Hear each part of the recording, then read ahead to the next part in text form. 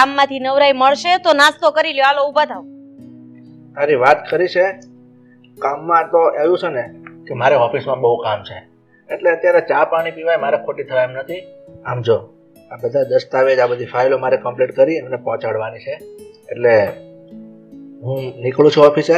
મારે ચા નથી પીવી અત્યારે. અરે કાલે તમે બપોરે જમવા નથી આવ્યા, સવારે નાસ્તો નથી કર્યો. આવું તો કેટલા દિવસ ચાલશે? તને ખબર છે આજકાલ ઓફિસમાં કામ કેટલું રહે છે, કારણ કે મંદીના માહોલ પછી અત્યારે બિઝનેસ આપણો પાટા પર ચડી ગયો છે, એટલે મારે છે ને વધારેમાં વધારે ટાઈમ ઓફિસમાં આપવો પડે એમ છે, અને પહોંચાતું નથી મારાથી. તો એક કામ કરો ને, આ આપણો નવાબ દીકરો છે ને, એક કામ કરો, એને આ બધું ધીમે ધીમે શીખવાડી દો, એટલે તમારે માથાકૂટ જ નહીં. મારી વાત ખરી છે, પણ એ હજી ભણે છે. એનું ભણતર પૂરું કરે, કે ગ્રેજ્યુએશન કરે, કંઈક એનું નોલેજ આ બાબતના ધંધામાં વધે, પછી એને ઇન્વોલ્વ કરી દઈશ હું. અરે પણ ધીમે ધીમે એને ઓફિસે લઈ જવાનું ચાલુ કરશો, થોડું ઘણું કંઈક કામ એને સમજાવશો તો એ શીખશે ને. હવે આમ ને આમાં 9 9 10 10 વાગ્યા સુધી પડ્યો રહે અને કોલેજમાં એના સમયે જાય તો ક્યાંથી બધું શીખશે? તો નિરાત રાખ. અત્યારે છે ને ઓફિસમાં કામનો બોજ છે ને, એટલા માટે મેં થોડોક એના માટે વિચાર કર્યો છે. હું તો એમ કહું છું કે એક માણસ રાખી લ્યો અત્યારે, જ્યાં સુધી આ નવાબ ન શીખે ત્યાં સુધી. તારી વાત ખરી છે, પણ તને ખબર છે આ કામનું એટલું બધું ટેન્શન રહે છે ને કે મારું મગજ ક્યારેક તો કામ નથી આપતું, અને એટલે હું સવારથી વહેલો જાઉં ને સાંજ સુધી નવરો જ નથી પડતો, અને મને જમવાનો ટાઈમ નથી મળતો. એટલે તને એક વાત કહેવા માંગુ છું કે આજ બપોરે હું જમવા પણ નહીં આવું. વાહ, આ દરરોજ બનાવી નાખી દેવાનું ને એઠવાડામાં, અને અન્નનો બગાડ છે ને એ સારી વાત ન કહેવાય. આટલો બધો સમય નથી દેતો તો એક બે માણા રાખી લ્યો, એટલે તમારી ઉપરથી આ છે ને કામનો બોજ થોડો કડવો થઈ જાય. એ વાત ખરી છે. ત્યાં માણસ રાખવાનું કીધું ને, પણ એના માટે આજ કીધું, કેટલા દીથી કહું છું, એક બે માણા રાખી લ્યો એટલે તમારે કામનો બોજ હળવો થઈ જાય. હા, તારી વાત ખરી છે. તું એમ કહે છે ને કે એક બે માણસ રાખો, પણ એક બે કોઈ માણસ રાખવાની મારે જરૂર નથી. મારો એક મિત્ર છે, એના જાણમાં એક છોકરી છે, ખૂબ ભણેલી ગણેલી છે અને હોશિયાર છે, એટલે મેં મારી ઓફિસના કામ માટે એને મેં રાખી છે. એ મારા બધા ઓફિસના કામ સંભાળશે. ઓફિસના તો નહીં, પણ બહાર મારે કઈ લેવડ દેવડ કરવા જેવું હોય, પૈસાનો આંગળીઓ કરવા જેવું હોય, બધું કામ એ સંભાળી શકે એમ છે. અચ્છા, એટલે સેક્રેટરી રાખી લીધી છે એમ કયો ને? બસ હું એ જ કહેવા માંગુ છું. એટલે હવે મને કામનો તો કોઈ ચિંતા નથી. બસ આ કામ તમે સારું કર્યું. હા, ઓફિસમાં કોઈક વ્યવસ્થિત અને વિશ્વાસુ છોકરી હોય ને એટલે પછી આપણે જોવા પણ નહીં. એટલે હવે એ તમારું કામ સંભાળી લેશે ને. હા, તો નાસ્તો કર્યા વગર જવાનું નથી. મૂકો ફાઇલ અને હાલો નાસ્તો કરીને પછી જાજો. બપોરે જમવા નહીં આવો ને તો હાલશે. ઊભા થાવ. હા ભાઈ, હા, ચાલો નાસ્તો કરી લો બસ.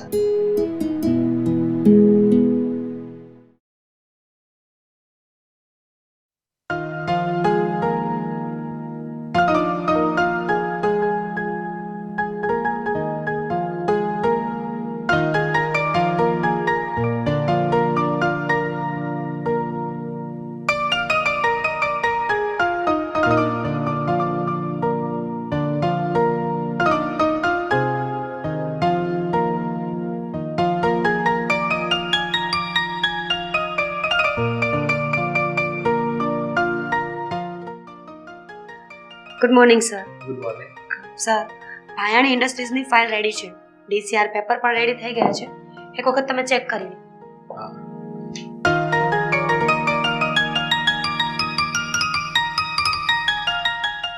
ઓકે મિત્ર, આ ફાઇલ તો રેડી જ છે, અને મને પૂરો વિશ્વાસ છે કે તારું ઓફિસ જોઈન કર્યા પછી મારે કોઈ પણ જાતનું ટેન્શન નથી.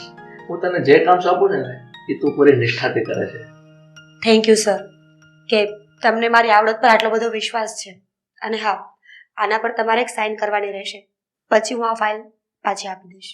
હા, આના પર તો હું સાઇન તો કરી આપીશ, પણ મારે બીજું એક તારું કામ હતું. હા સર, બોલો ને.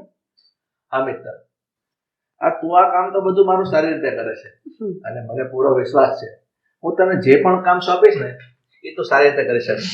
કારણ કે બેંકમાં જવાનું આવવાનું, મારા પૈસાની લેવડ દેવડ માટે આંગળીઓ કરવા જવાનું, એ મને વિશ્વાસ છે તું આ કામ સારી રીતે કરી શકીશ. અને એટલે જ આજે હું તને રસિકભાઈ છે, રસિકભાઈ આપણા પેલા સવાણી ફાર્મ વાળા, હા, ઓળખું છું. એમને મારે 5 લાખ રૂપિયા આપવાના છે. તો તું એનું આંગળીઓ કરતી આવ. સર આટલું જોખમ હું સાચવી શકીશ? અરે બેન, જો તું આ કામ પાર પાડી શકતી હોય તો મને તારા પર વિશ્વાસ છે તો મારા રૂપિયા પણ સેફ રીતે ત્યાં પહોંચાડી શકીશ. ઓકે સર, આજે ઘરે જઈશ ને એ વખતે આંગળીઓ કરતી જઈશ. તમે સાઈન કરી આપશો ને? હા મેટલ, કોઈ વાંધો નહીં. તું પહેલા આંગળીઓનું કામ પતાવ. તું જ્યારે રિટર્ન આવીશ ને ત્યારે ફાઇલમાં બધી જ સાઈન કરી રાખીશ. આ તને આપી દઈશ. હા સર, મારો ફોન ઓફિસમાં છે, એ લઈને હું નીકળું છું.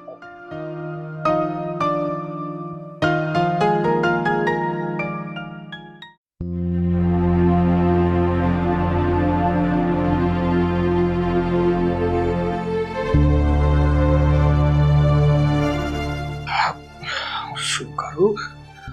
આજે એને ફોન કરવા દે. એ કંઈક એડજસ્ટ કરી દે ને તો સારું. ફોન તો કર્યો હતો પણ મેળ આવી જાય.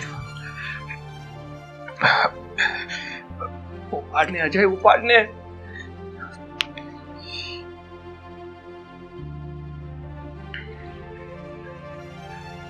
હેલો હેલો અજય, ધવલ બોલું છું. ભાઈ જો મેં તને પૈસાની વાત કરી હતી ને. હા હા. શું નથી એડજસ્ટ થાય એમ? અરે મારો ભાઈ, હું વધારે નહીં તો કાંઈ નહીં, 1-2 લાખનું તો એડજસ્ટ કરી દે ને. અરે તને તો ખબર જ છે ને કે અત્યારે મારી ઉપર કેટલી મોટી મુસીબત આવી પડી છે. અરે તું સમજતો કેમ નથી? હા છે ને, દેવલો મને ફોન ઉપર ફોન કરે છે. અરે ધમકીઓ આપે છે મને. હું શું કરું ને મને કઈ સમજાતું નથી. પ્લીઝ યાર, હું સમજુ છું કે મારી મતી મરી ગઈ હતી કે હા ક્રિકેટના સટ્ટામાં મેં પૈસા લગાડ્યા, પણ હવે જે થઈ ગયું એને તો હું નથી બદલી શકવાનો ને. હવે આગળ હું શું કરું ને એ સમજાતું નથી. જો તું મને પૈસા નહીં આપે ને તો મારે છે ને કંઈક લૂંટફાટ કરવી પડશે. બાકી હું એને પૈસા કઈ રીતે આપીશ? અને જો પૈસા નહીં આપું ને તો એ મારી સાથે શું કરશે ને એની પણ મને કોઈ ખબર નથી. હેલો અજય યાર, શિટ, શું કરું?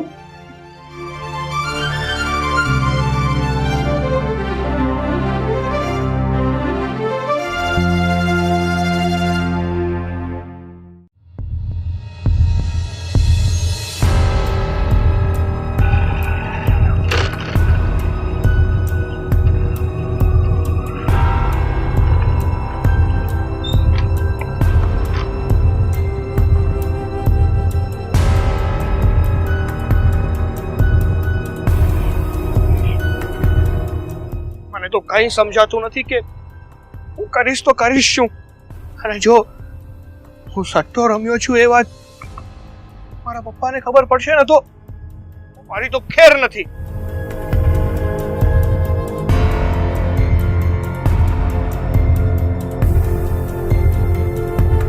કઈ સમજાતું નથી.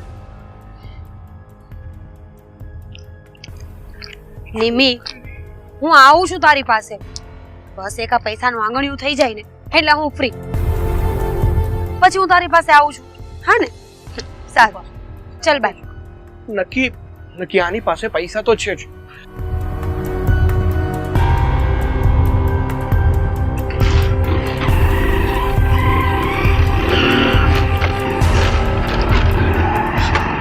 અરે એક્સક્યુઝ મી, ઉભા રહો પ્લીઝ. ઓ શિટ, હા, પૈસા ચોરીને જતો રહ્યો. આંગણિયાના પૈસા હતા. શેઠને ખબર પડશે તો શું થશે? હવે મારે ન છૂટકે શેઠને વાત કરવી જ પડશે, નહીં તો આટલી મોટી રકમ હું ક્યાંથી લઈ આવીશ? એમના ઘરે જવું જ પડશે.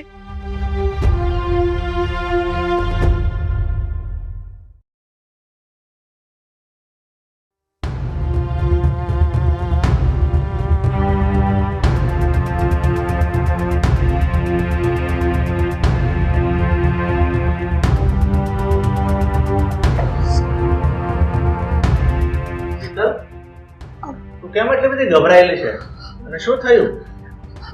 સર, હું પૈસા આંગળીઓ કરવા જતી હતી ને હા તો રસ્તામાં એક ગુંડો મારી પાછળ આવ્યો અને એ પૈસા લઈને જતો રહ્યો. શું હા, ઇન શોર્ટ પૈસાની ચોરી થઈ ગઈ છે સર. મિત્ર તું શું વાત કરે છે? કોઈ માણસ આવ્યો અને તારી પાસેથી એ રૂપિયાનું પર્સ આપીને જતો રહ્યો? હા સર, મેં એ માણસનો ચહેરો તો જોયો છે. એવું હોય ને તો તમે એક પોલીસ કમ્પ્લેન કરી દો, હું એની ઓળખ આપીશ. કોઈ વાંધો નહીં મિત્ર, પણ તું છે ને એટલે એકદમ શાંત થઈ જા. આ ગભરાવાનું છોડ દે. અને હું તને શું કહું, એ માણસ રૂપિયા ચોરીને ભાગી તો ગયો, પણ કઈ બાજુ ગયો છે, એ ચાલીને આવ્યો હતો કે બાઇક લઈને આવ્યો હતો, એ કઈ તને ખ્યાલ છે? હા, એની પાસે એક બાઇક હતું અને એણે બ્લેક કલરનું હુડી પહેરેલું હતું. સર, હું એનો ચહેરો બરાબર ઓળખું છું. જો પોલીસ મને પૂછે ને તો હું એનો ચહેરો ઓળખી જઈશ. હું એમને ગાઈડલાઈન આપીશ કે એ ચોર એને મળી જાય. પ્લીઝ સર, તમે જલ્દીથી જલ્દી કમ્પ્લેન કરી દો. મિત્તલ, તું એકદમ શાંત થઈ જા અને તું એકદમ નિરાત રાખ. હું છે ને હમણાં પોલીસ કમ્પ્લેન કરી દઈશ અને પછી ઓળખ માટે તને બોલાવે ને તો તું મારી સાથે આવજે અને પોલીસને બધી ડિટેલમાં વાત કરજે. અને વાત શાંતિ રાખ. અને એ ચોર છે ને એ વહેલા મોટો પકડાઈ જ જશે, એટલે તું એની ચિંતા નહીં કર. સર, આઈ એમ સો સોરી. તમે મારા પર કેટલો વિશ્વાસ મૂક્યો હતો અને હું તમારું એક પણ કામ સફળ ના કરી શકી. નહીં મિત્ર, તું આ રીતે મનને ઓછો ના લગાડ. મને તારા પર વિશ્વાસ છે અને આ ચોરી થઈ ગઈ તો શું વાંધો છે? મને કોઈ ફરક નથી પડતો. હું પોલીસ કમ્પ્લેન કરીશ ને એટલે બધા રૂપિયા મને પાછા મળી જશે, એનું તું ટેન્શન નહીં લે. અને હું શું કહું છું, તને બીજા મેં કામ સોંપ્યા છે ને એ તું શાંતિથી પતાવ અને એકદમ શાંતિથી બેસ, બરાબર? તું કોઈ ચિંતા નહીં કરતી હવે. હા સર, થેન્ક યુ. કોઈ વાંધો નહીં. જો આ મેં ફાઇલમાં સાઇન તો કરી દીધી છે, એને તું તારે કેબિનમાં જઈ અને બરાબર ચેક કરી અને પાછી આપણે જે ઇન્ડસ્ટ્રીમાં આપવાની છે ને ત્યાં પહોંચાડી દેજે. ઓકે સર, વન્સ અગેન સો સોરી. તું શું કામ મને શર્મિંદા કરે છે? મેં તને કહ્યું ને, ડોન્ટ વરી, કોઈ વાંધો નહીં. એ ચોર પકડાઈ જશે, તું ટેન્શન નહીં લે.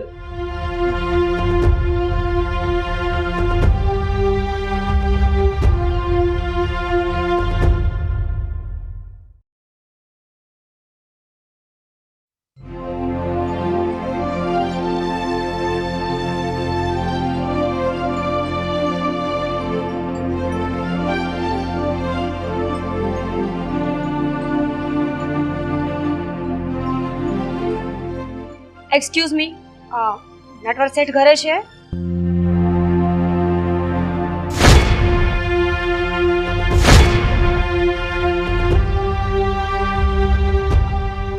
હું અહીંયા? હા, એમાં એવું છે કે હું નટવરભાઈનો છોકરો છું. પણ તમે કોણ છો ને તમે મારા ઘરમાં શું કરો છો? અચ્છા, તો તું એમનો દીકરો છે. હું નટવરભાઈની નવી સેક્રેટરી છું. મેં 2-3 દિવસ પહેલા જોબ જોઈન કરી છે અને આ તે દિવસે મારા હાથમાંથી જે પૈસાનું પર્સ લઈને ભાગ્યો હતો એ તું જ હતો ને? હા, એક મિનિટ, આપણે બેસીને વાત કરીએ. હું તમને બધી જ વાત જણાવું. બેસ.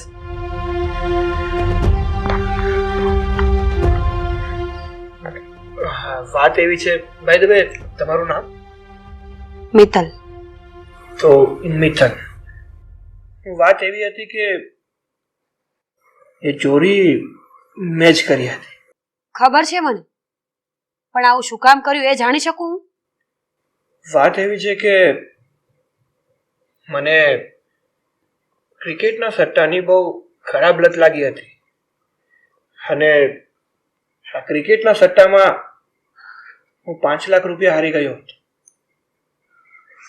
મારી પાસે કોઈ પૈસાની જોગવાઈ નથી અને જો મારા પપ્પા પાસેથી પૈસા માંગુ ને તો ન જાણે એ મારી સાથે શું વર્તન કરે અને મારા શું હાલ કરે. અચ્છા, તો પોતાના કાંડ છુપાવવા માટે પોતાના જ પપ્પાના પૈસાની ચોરી કરી? હા, બીજું કોઈ નતું મળ્યું?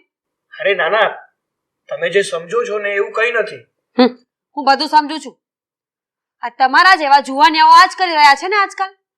પહેલા સટ્ટો રમવાનો, ખોટી લતો લગાવવાની, દારૂ જુગાર સટ્ટો ચરસ ગાંજો ખબર નહીં શું શું, અને પછી પૈસાની જોગવાઈ ન થાય એટલે ચોરી કરવાની. હા, અરે અરે તમે સમજો છો ને એવું કંઈ નથી. મને નહોતી ખબર કે તમે મારા પપ્પાના સેક્રેટરી છો. મેં તો રેન્ડમલી તમને વાત કરતા જોયા હતા કે તમારી પાસે પૈસા છે અને મારે પૈસાની બહુ જરૂર હતી, કારણ કે આ સટ્ટામાં હું પૈસા હારી ગયો હતો ને એ વ્યક્તિ વારે ઘડીએ મને ફોન કરી અને ધમકીઓ આપતો હતો. જો સમયસર હું એને પૈસા ના આપું ને તો એ મારો જીવ પણ લઈ શકે એમ હતો. એટલા માટે મારે પૈસાની ચોરી કરવી પડી. વાહ, કહાની તો બહુ સારી છે, પણ જો આ કહાની સાચી હોય ને તો તમે ફક્ત ચોર નહીં પણ એક ગુનેગાર છો. જાણ્યા જોયા વગર કોઈ પણના પૈસા લઈ લેવાના. તમને ખબર છે, તમારા પપ્પાને ત્યાં જોઈન્ટ કરીએ મને 2-3 દિવસ જ થયા છે. હા, તો સારું થયું કે એમણે મારા પર કોઈ કાર્યવાહી ના કરાવી, મારા પર કેસ ના કર્યો. આવું કઈ થયું હોત ને તો મારી જોબ પણ જાત અને સાથે સાથે ઇજ્જત પણ. જો તમે પ્લીઝ એ પૈસા મને પાછા આપી દો. હું તમારું નામ કોઈને નહીં આપું, પ્રોમિસ. એ પૈસા હું તમારા પપ્પાને પાછા આપીશ અને આ વાતનું સોલ્યુશન આવી જશે. પ્લીઝ. પણ મિત્તલ, પ્લીઝ પ્લીઝ તમે મારી મદદ કરો ને. પ્લીઝ તમે છે ને મારા પપ્પાને ના જણાવતા કે તમારી પાસેથી જે પૈસાની ચોરી થઈ હતી એ ચોરી મેં કરી હતી. પ્લીઝ પ્લીઝ ના જણાવતા તમે. પ્લીઝ બચાવી લો મને. જો મારા પપ્પાને ખબર પડી ગઈ ને કે એ પૈસાની ચોરી મેં કરી હતી અને એ પણ સટ્ટામાં આપવા માટે, તો તમને નથી ખબર કે મારા પપ્પા મારા શું હાલ કરશે. કદાચ એવું પણ બની શકે કે મને આ ઘરમાંથી પણ બહાર કાઢી નાખે. એક મિનિટ, કામ ડાઉન. તમારું નામ ધવલ જ છે ને? હા. ધવલ, તમને ખબર છે અવારનવાર તમારા પપ્પાને મેં તમારી વાત કરતા સાંભળ્યા છે ઓફિસમાં. કેટલો ગર્વ છે એમને તમારા પર. એ ભગવાનનો 24 કલાક આભાર માને છે કે તમારા જેવી ઓલાદ એમના ઘરમાં છે. અને તમે શું કરી રહ્યા છો? જો, તમારા પપ્પાએ પોલીસ કેસ કર્યો છે. આજ નહીં તો કાલે તમારું આ કૌભાંડ બહાર આવવાનું જ છે. એની કરતાં બેટર છે કે તમે પૈસાની જોગવાઈ કરો, તમારા પપ્પાને આપી અને હકીકતની વાત જણાવી દો. જો, મા બાપ છે ને એ ક્યારેય સજા ના આપે, ફક્ત ભૂલની માફી આપે અને સમજાવીને મૂકી દે. બાય ધ વે, તમારા પપ્પા અને મમ્મી બહાર ગયા છે? ના, બહાર નથી ગયા. એ ઉપર એમના બેડરૂમમાં છે. પણ જો મિત્તલ, પ્લીઝ મારા પપ્પાએ જે કેસ કર્યો છે ને એ તમે જ પાછો ખેંચાવી શકો એમ છો. તમે પ્લીઝ મને બચાવી લો કે ગમે તે બહાનું કાઢીને પ્લીઝ મારી મદદ કરો.